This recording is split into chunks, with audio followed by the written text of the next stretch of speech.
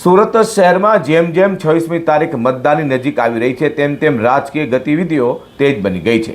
તે ward number 1 Kosad, Chhaprabhatha, Jahangirpura, Variya વિસ્તારના ભારતીય જનતા પાર્ટીના 4 ઉમેદવારો ડોર ટુ ડોર પ્રચાર કરી રહ્યા છે. સાથે સોસાયટીમાં મિટિંગો પણ કરી રહી છે. સુરત શહેરમાં જેમ જેમ 26મી તારીખ મતદાનની નજીક આવી રહી છે તેમ તેમ રાજકીય પક્ષોમાં ગતિવિધિ તેજ થઈ ગઈ છે. ત્યારે વોર્ડ નંબર 1 કોસાડ, છાપરાભાઠા, જહાંગીરપુરા, વરિયા આ વિસ્તારના ભારતીય જનતા પાર્ટીના 4 ઉમેદવારો રાજેન્દ્રભાઈ પટેલ, નૈનાબેન ડોબરિયા, ભાવિસાબેન પટેલ તેમજ Vijaybhai Bhatia door to door પ્રચાર કરી રહ્યા છે, જેને જબરજસ્ત મતદારોનો આવકાર મળી રહ્યો છે. સાથે સોસાયટીમાં ગ્રુપ મિટિંગો પણ કરાઈ રહી છે.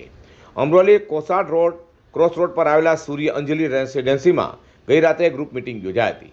સોસાયટી વાસીઓએ તેઓએ પોતાની પડતી મુશ્કેલીનું નિવારણ માટેના પ્રશ્નો કર્યા હતા.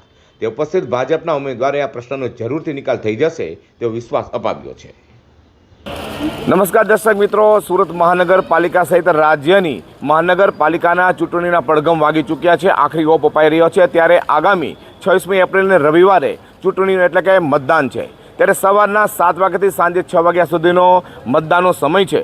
આ સમયની અંદર તમારે મતદાન કરવું જરૂરી છે. તમારું જે અધિકાર છે એ કરવું પડશે. અત્યારે આપણે સુરત શહેર વોર્ડ નંબર 1 જહાંગીરપુરા, વરિયાવ, છાપરાભાઠા, કોસાડના ભારતીય જનતા પાર્ટીના જે ઉમેદવાર છે તે છે નૈનાબેન ડોબરિયા, ભાવેશભાઈ પટેલ, રાજેન્દ્રભાઈ પટેલ એટલે કે રાજુભાઈ ડેપ્યુટી અને વિજયભાઈ ભાટિયા અત્યારે ઉપસ્થિત છે. તેઓ શું કહેવા માગે છે આપણે તેમને જાણીએ. જી નમસ્કાર. કેવો પ્રતિસાદ મળી રહ્યો છે લોકોનો?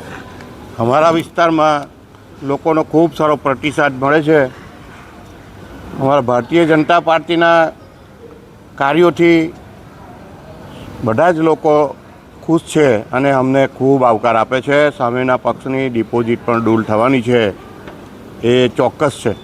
રાજુભાઈ, અમે બેઠા હતા ત્યારે જાણ્યું છે કે કઈ કઈ સમસ્યા છે અને એ પૂર્ણ કરવાની છે. એવી કોઈ મેજર સમસ્યા છે નહીં અમારા અહીંયા. પ્રાથમિક સુવિધા લગભગ બધા જ સોસાયટીઓમાં પૂરી થઈ ગઈ છે. કોઈ જવલે બાકી હોય 2-4 સોસાયટી, બાકી તો બધે જ પ્રાથમિક સુવિધાઓ તો મળી જ ગઈ છે. એટલે એવી કોઈ મેજર કોઈ પ્રોબ્લેમ છે નહીં. સંદેશો શું છે મતદારો માટે? બસ 26 તારીખે ખૂબ મતદાન કરો. ભારતીય જનતા પાર્ટીના અમારા 4 ઉમેદવારને જંગી બહુમતીથી જીતાડો એવી અપીલ. આજે વિજયભાઈ. નમસ્કાર, મારું નામ છે વિજયભાઈ અશોકભાઈ ભાટિયા. સુરત વોર્ડ નંબર 1માંથી મારી ઉમેદવારી છે. જે રીતે તમે અત્યારે મોડી રાત થઈ ગઈ છે છતાં પણ અત્યારે લોકોનો પ્રતિસાદ અત્યારે સાંભળી રહ્યો છે. ખૂબ લોકોનો પ્રેમ છે, માતાઓના આશીર્વાદ છે, લોકો સામેથી આવકારે છે. અમારી પાસે સમય નથી રહેતો કે કઈ સોસાયટીમાં જાઉં કે ન જાઉં. થોડું લેટ થાય તો લોકો કલાક સુધી રાહ જોવે છે અને અમને આવકારે છે કે ભલે રાત્રે 11 વાગે આવો અને અમારા વિસ્તારની અંદર અમારા પ્રશ્નોની વાચા આપો. ગયા વર્ષની ચૂંટણીને એટલે 5 વર્ષ પહેલાંની ચૂંટણીને આ વર્ષને કેટલો ફેર દેખાઈ રહ્યો છે? ગયા વર્ષમાં બી વાતાવરણ સારું હતું અને આ વર્ષે ગયા વર્ષ કરતાં સારી લીડથી અમે જીતશું. લોકો આ વિસ્તારની અંદર આપ જે કહી રહ્યા છે કે આ વખતે અમે જ આવીશું, એના માટે શું સંદેશ? આપ તો દર વખતે ખોટું જ બોલે છે અને જૂઠું જ બોલે છે.